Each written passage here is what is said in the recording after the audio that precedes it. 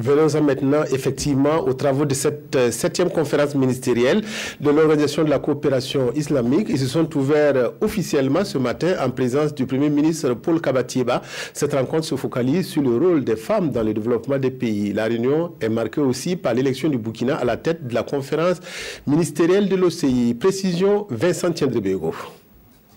La 7e session de la conférence ministérielle des États membres de l'OCI, l'Organisation de la coopération islamique, se penche sur le rôle de la femme dans le développement des États de cette organisation. C'est le lieu pour les différentes délégations présentes à Ouagadougou de présenter les efforts déployés par leurs pays respectifs dans le domaine de l'autonomisation de la femme. Le défi, c'est lequel? Nous savons aujourd'hui que les États sont confrontés à beaucoup de défis. Les préjugés, les manques de législation pour aider les femmes, le manque de ressources financières, l'accès aux terres au niveau des femmes pour arriver à un développement équitable pour les femmes. La rencontre ouverte par le Premier ministre Paul Kabatieba a vu l'entrée en fonction de la ministre Laurence Ilboudo comme présidente de la conférence ministérielle de l'OCI pour un mandat de 2 ans, en succession de son homologue turc.